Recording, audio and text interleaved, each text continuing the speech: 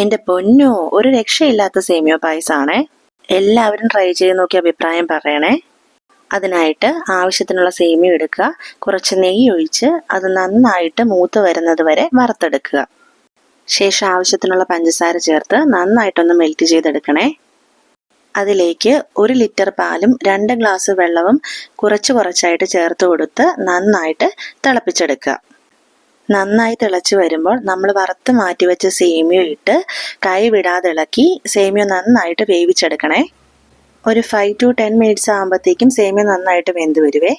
ഈ സമയത്ത് ഏലക്കാപ്പൊടിയുടെ ടേസ്റ്റ് ഇഷ്ടമാണെന്നുണ്ടെങ്കിൽ അതും കൂടെ ചേർത്ത് കൊടുക്കണേ. ഇഷ്ടമുള്ളത്ര അണ്ടിപ്പരിപ്പും മുന്തിരിയും നെയ്യിൽ വറുത്ത് ഈ സമയത്ത് പായസത്തിലേക്ക് ചേർത്ത് കൊടുക്കണേ. ഇപ്പോൾ നമ്മുടെ സിമ്പിൾ ആൻഡ് ടേസ്റ്റി സേമിയ പായസം തയ്യാറായിട്ടുണ്ടേ. ഇനി നമുക്കിത് ചൂടോടെയോ തണുപ്പിച്ചിട്ടോ ഒക്കെ സെർവ് ചെയ്യാം കേട്ടോ. ഡീറ്റെയിൽഡ് റെസിപ്പി യൂട്യൂബ് ചാനൽ ഇട്ടിട്ടുണ്ട്. എല്ലാവർക്കും ഇഷ്ടമാവുകയാണെന്നുണ്ടെങ്കിൽ ഒന്ന് കയറി നോക്കി സപ്പോർട്ട് ചെയ്യണേ. ഇവിടെ ഒരു പായസക്കൊതിനുണ്ട്.